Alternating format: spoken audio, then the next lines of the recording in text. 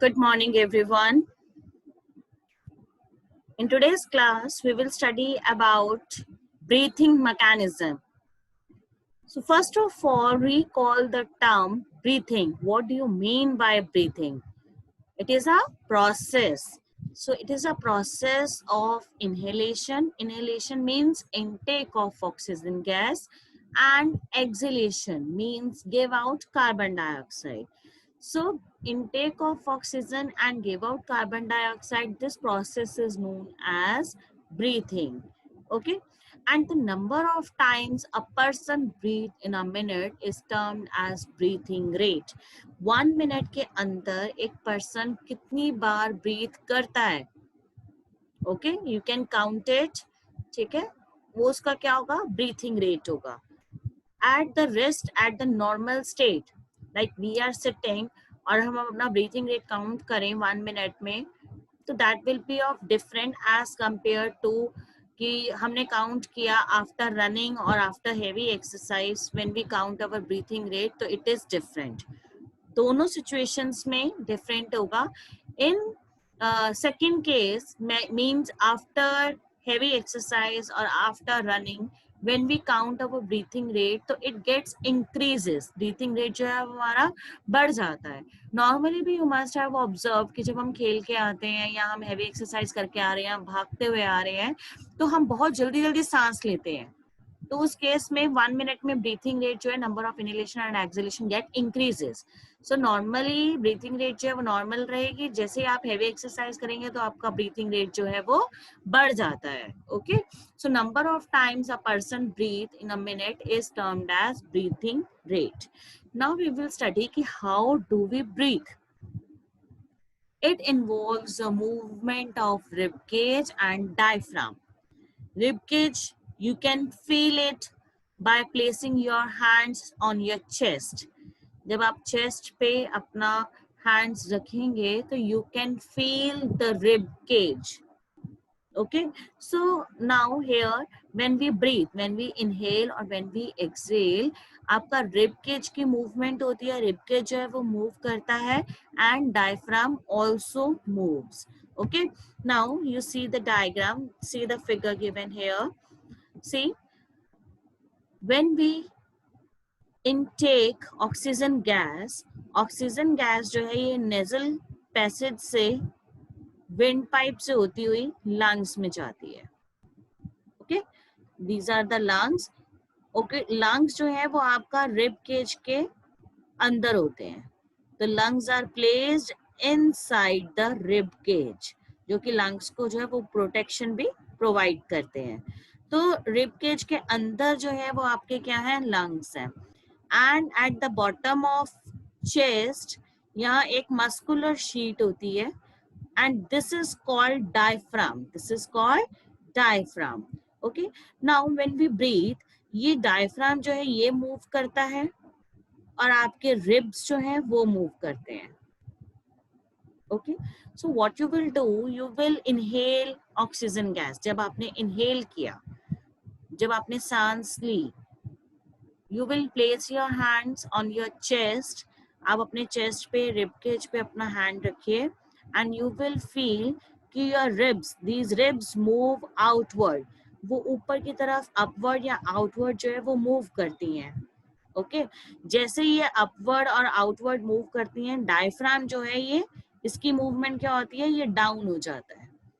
तो अंदर chest cavity के अंदर जो है वो एरिया इंक्रीज हो जाता है, स्पेस इंक्रीज हो जाता है, जिससे एयर जो है रश करती है अंदर. एयर मींस अंदर आ जाती है and your lungs get expand, और लंग्स जो है वो एक्सपैंड हो जाते हैं. ओके. एंड ड्यूरिंग एक्सहेलेशन, जब आपने when you give out carbon dioxide, place your hands on chest and then again feel the movement of rib cage. So you will observe कि आपके ribs जो है वो inward या downward move करते हैं. Ribs जो है वो inward और downward move करेंगे. Diaphragm upward move कर जाएगा. तो अंदर जो chest cavity के अंदर जो space है या जो area है वो decrease हो जाता है. तो air जो है फिर lungs में से rush out हो जाती है, means बाहर निकल जाती है और lungs आपके contract हो जाते हैं. Inhalation में हवा एयर अंदर आ रही है तो लंग्स एक्सपैंड होंगे, एक्सेलेशन में एयर रशेस आउट, बाहर चली जाती है तो लंग्स आपके कॉन्ट्रैक्ट होंगे. And how lungs get expand and contract? By the movement of the rib cage and diaphragm. Okay, so here one another figure is here कि during inhalation, see during inhalation आपकी ribs up या outward moves करती हैं, diaphragm down हो जाता है. Exhalation में ribs जो है डाउनवर्ड या इनवर्ड आ जाएंगी और डायफ्राम आपका ऊपर आ जाता है. उसकी movements I have shown here. Now you can see one more figure here. See इसमें क्या है, एयर इनहेल हुई, जैसे ही एयर इनहेल हुई चेस्ट जो है वो एक्सपैंड हो गई, यानी कि आउटवर्ड मूव की, तो डायफ्राम जो है वो डाउनवर्ड मूव करेगा. अगर डायफ्राम जो है वो डाउनवर्ड आ जाएगा तो यहाँ चेस्ट कैविटी में एयर जो है स्पेस जो है वो इंक्रीज हो जाएगा और एयर इट गेट रशेस इन, अंदर आ जाएगी, जिसकी वजह से लंग्स जो है वो एक्सपैंड हो जाते हैं. ओके, ब्रीथ आउट, जब हम ब्रीथ आउट किया मीन्स एयर को एक्सेल किया तो चेस्ट जो है वो डाउनवर्ड चली जाएगी, कॉन्ट्रैक्ट हो जाएगी. डायफ्राम जो है वो आपका अपवर्ड मूव करेगा तो inside the chest cavity air space जो है वो कम रहेगा तो air rushes out. Air rushes out तो लंग्स आपके कॉन्ट्रैक्ट हो जाएंगे. Okay, so the next is how what do we breathe out. See a table is given here. जब हम इनहेल करते हैं तो सिर्फ क्या हम ऑक्सीजन इनहेल करते हैं, उसके साथ कार्बन डाइऑक्साइड भी हमारी बॉडी के अंदर जाती है, वाटर वेपर्स भी जाते हैं.